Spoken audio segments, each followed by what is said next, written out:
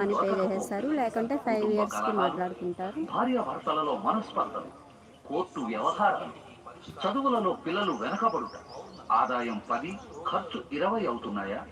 ఈ సమస్యలన్నింటికీ పరిష్కారం కోరిన అమావాస్య, పౌర్ణమి, గ్రహణ రోజులలో ఎంతో భక్తి శ్రద్ధలతో తయారు చేయబడిన 12 రాసుల కొరకు అనువైన ధాతువులతో నిర్మించిన రాశి ఉంగరాలు.